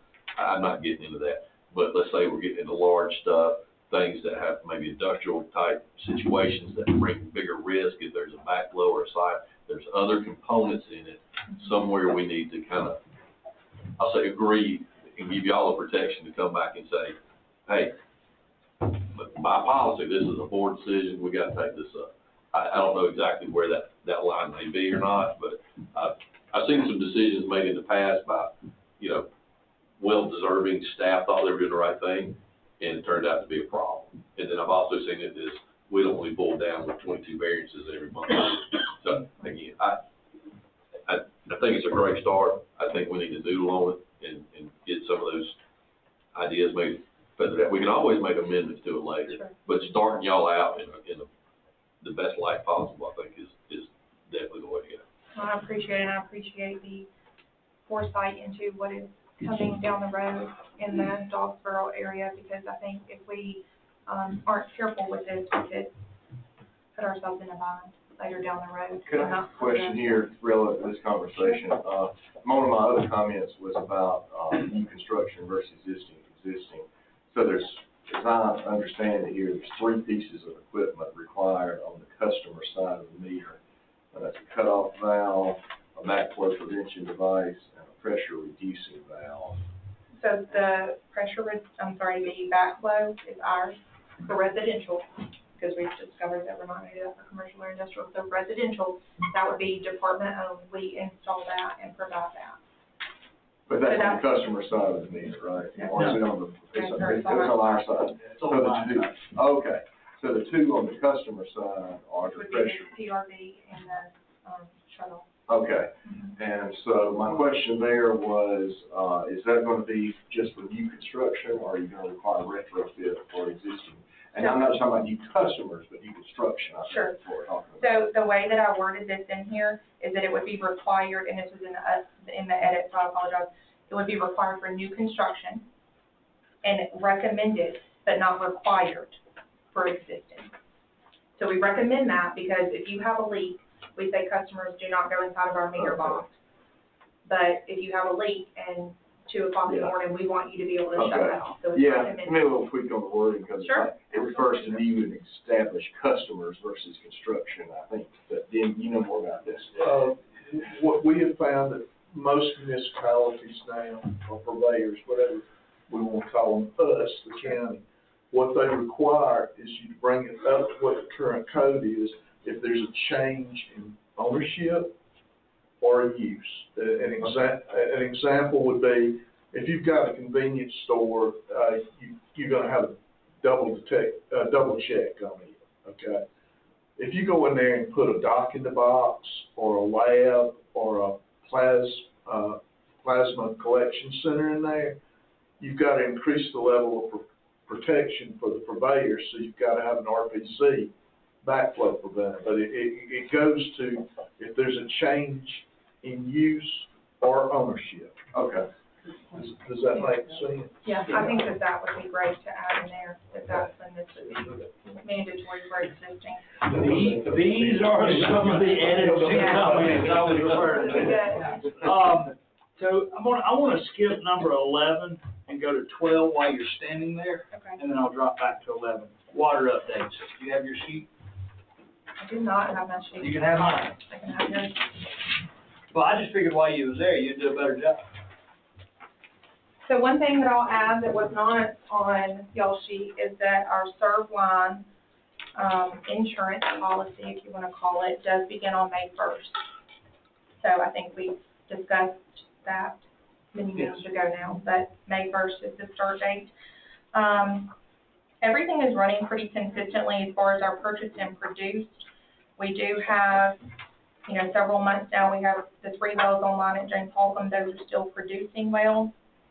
Everything's going good with that. The USDA project, we installed 2,200 foot of pipe, and that is the feed mill. So if y'all heard of that as the feed mill project. So that's going well. The Rosewood RV park, we've installed, that's all 1,000 foot of that been installed, Christina? That's my understanding. Yes, that's provided you this morning. Okay, so 8 inches of that's in the ground, and our line was supposed to go to the Clark County line, but it stopped right near the VA, I believe, so we just extended that down. Getting ready for development there. But really, that's about it, unless y'all have any specific questions. It's pretty straightforward on here. Well, now we're 2 months running of producing more than we're purchasing. That's true. And we're That's looking amazing. at other well sites. We ran some numbers on them to come online. Yeah. Spratling Pond. Yeah, we're working on Spratling Potentially. Pond to come online. That will currently produce like 300 gallons a minute, 350 gallons a We minute. run it at 160. Yep. And we ran the numbers on that. Todd, Christina, Rodney, and myself have looked at that, to kind of look at how long it would take us to return on that investment, and it looks good. Yeah. Nothing extraordinary having to happen for these as far as filtration. or anything. Not for these, so we did test the two that were at Seymour. Yeah. One of those, the RAD test, was not good. Yep. So we just have one up there that was One failed, one okay. passed clearly with no filtration. But I think if you're talking about Sprouting Ponds, I think that come back, we were not gonna need as much filtration as what we originally thought. That's correct. It does have to have filtration, but it wasn't as high as what they had anticipated it being. That's why the county had never put it online Yeah. prior to. That's right. And then once the county ran a water line down Spratler Mill Road, now they have an opportunity. They took that well offline. It's, our water serves Spratler Mill subdivision currently, Spratler Pond subdivision, sorry. But now we'll be able to put it online and put it back into our system. I did find out an update this morning. We had a meeting this morning, about the future industrial park on Highway 98, the expansion to the 116 acres behind it. Met the developer, engineer, our engineer, their engineer, and Rodney. And after that meeting, we discussed several water points as to how we want to move forward with water points. And one of them, one thing Rodney brought up was Friday, he found 2 valves cut off at Hull at Sanford Road and leaving the water tower. Been cut off since before he got here. One was 90% restricted and the other one was cut completely off. He has opened those, and we're gonna go back and retest now at, the golf course, because there was a 12-inch line that was throttled back. Sometimes when the bells go off, there's a reason. Yeah, so, don't know how long, don't know why, but they're all back on, so we're gonna retest that, and we're also gonna retest pressures all the way up in East Commerce, because yes, it probably will not affect the pressures that much, but the volume should drastically change. So, that is tomorrow, along with water. In the morning, myself and Rodney has a meeting in Elbert County, because they wanted to discuss more intake to Madison County from Elbert County due to a $90 million grant that they have. So we will probably soon be a distributor to Franklin County and potentially to Banks County. Is what the talks is now, but we don't know the details till tomorrow. So I'll give you all an update on how that meeting goes, but right now it's looking really well. Now we'll drop back to the road updates, but thank you for producing those Yeah, numbers. on the other wells, producing more, we cut back on any production, we might just We have, use so, some more rest time on our wells. that's right. So Franklin County, the Highway 29 connection, Dovetown Road and Royston, it has been mowing, like last year.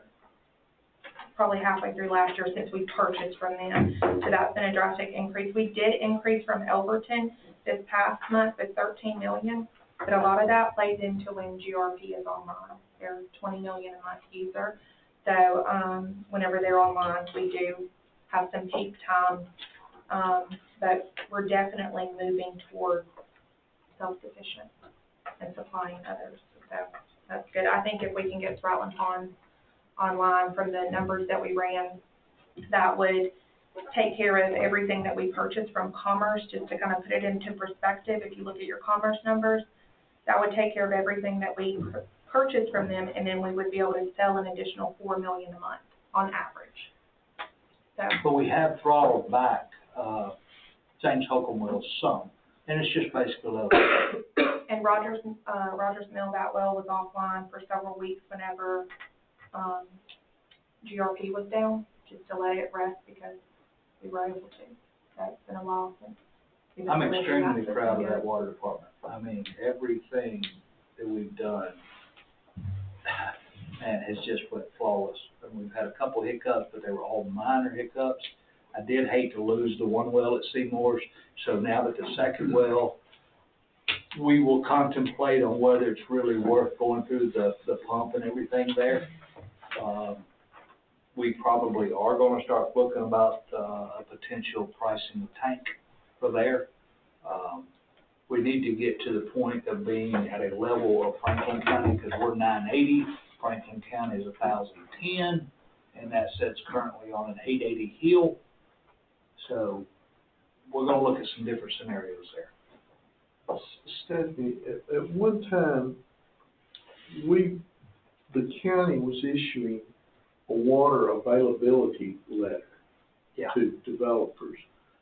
I'd like for you, if you and Christina could work on this, I think it would be a good idea that when someone approaches the zoning and planning folks, and here again, I believe this is a lot closer than it is further down the road.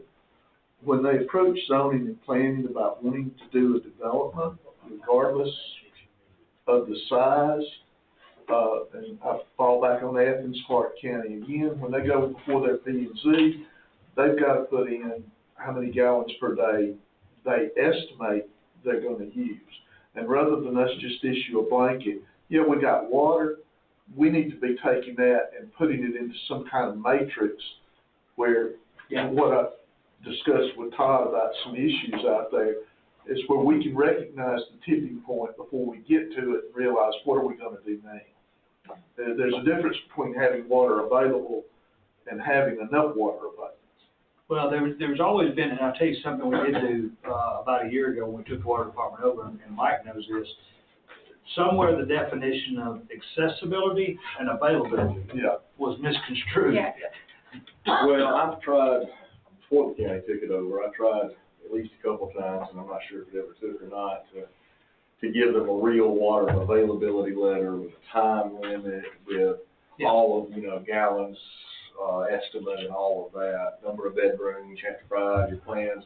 Number one, I don't know if that's being used. Number two, I don't know if on the planning side, if the planning department is requiring that as a condition of preliminary plan approval. They do require a letter from the water department, but I don't know which letter.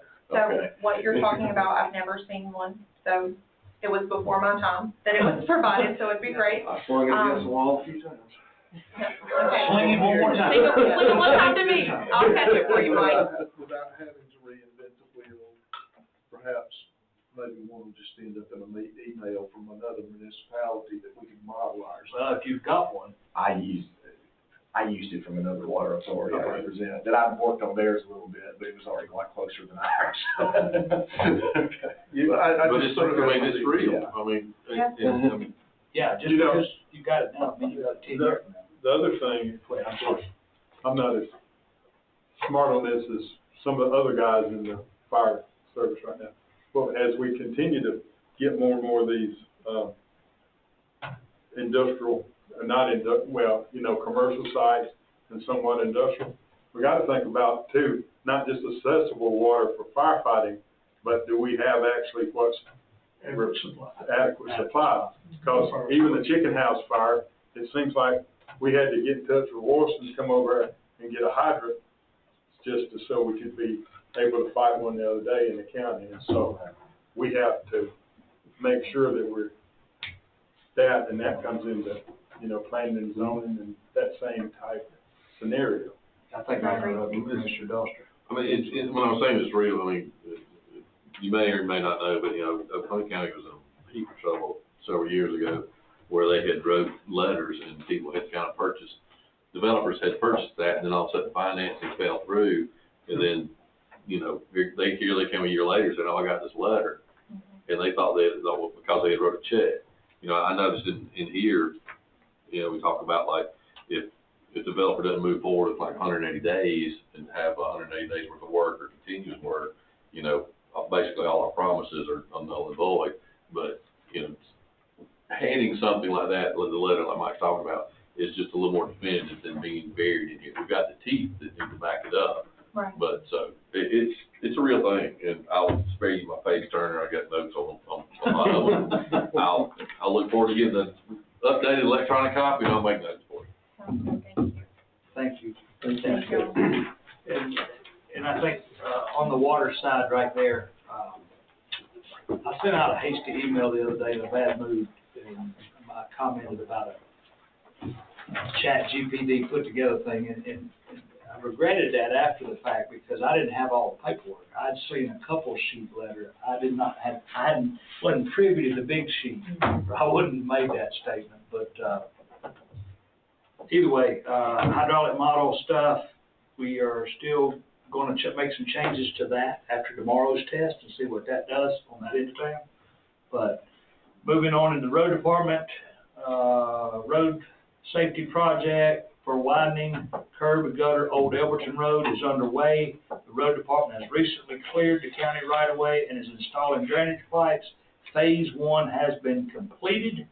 So if you go Old Elberton around by the city hall in Hull, you will notice it's now wider and the ditches have been piped, and we will be, I think it's actually already in the bid process. So we'll be accepting the bid here shortly to put that widening on that to make that road a little bit safer. The BOC has posted a sealed bid opportunity for the 2026 LMEG project. The bid opening is scheduled for Thursday, May 14th, 10 a.m. in the public meeting room. The road department has crews scraping and maintaining all county dirt roads. Right now, we're scraping dust. So we're trying not to scrape too many because it creates more dust. So if you wonder why we haven't scraped your potholes, it's because we're trying to make it better for you to be able to drive more than 2 mile an hour. If you have a safety concern, please visit Madison County GA.us and complete a road complaint form. Those has gone really well. We've had, I don't like to brag, and so we've had hundreds, but people has called in even to the smallest thing of, hey, there's a limb hanging out. So they are using those, and please continue to do so. These are submitted, they are received by Lacey Baker. Lacey then transfers it to myself and all the road department guys. That way we can keep a record. If it's been completed, we will know it. If it's not been completed, we know to follow up on it. Statements or remarks from citizens? Yes, sir. Given the extreme drought, are there any plans to impose a burning ban in the county? Well, the burn ban goes into effect in 6 days statewide, and there's been several social media posts posted recently about please don't burn.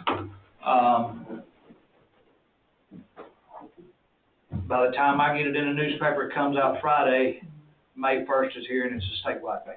That's the May 1st to September 30th, that's Yes, decided sir. by the EPD. Yes, sir. Are there any plans to conserve water also? We've not reached that state yet from the governor's office, and our water department hasn't indicated yet, but I think some of the cities has recommended some less usage, which reminds me that we are getting a price to move the splash pad off the city water system in Danielsville onto the county water system. Todd, I'll say too that in that policy, it does reference that we would follow the Georgia recommendations for drought and their procedures, so that's part of what they're working on improving. If we have a well failure, or if any of the cities have a well failure, it's an automatic emergency, shut everything down, put water in your grass, so forth and so on. But we got pretty strict guidelines to follow on it, but thank you for that. Anything else, sir? What's your name again? I apologize. David Carey. Thank you. We can get you some shirts if you'll keep coming. We may have an open board. That's what you say, Madison County? I'll give you this one. I got one that says Madison County Senior Citizen Center. That's right.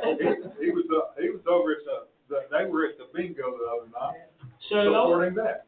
And I meant to say that during the chairman's report. Our bingo at the senior center was so big that they had to turn people away at the door because there was so many people trying to get in for us. Is that not amazing? I know we recognize our youth, but we need to. How much are we charging? Yeah. How much we giving away? What is that? I'm starting to think there's a little tub in the background. All right, statements, remarks from commissioners. Urgent matters. Executive session, discuss real estate acquisition, personal matter, potential litigation. Yes, sir. Commissioner Dawson. Move it, sir. Just prove this bid before you leave. Yes, sir. All right.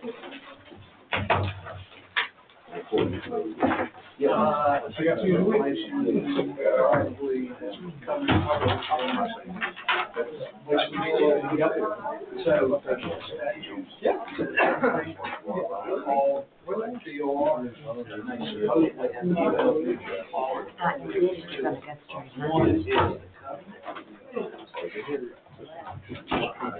give up.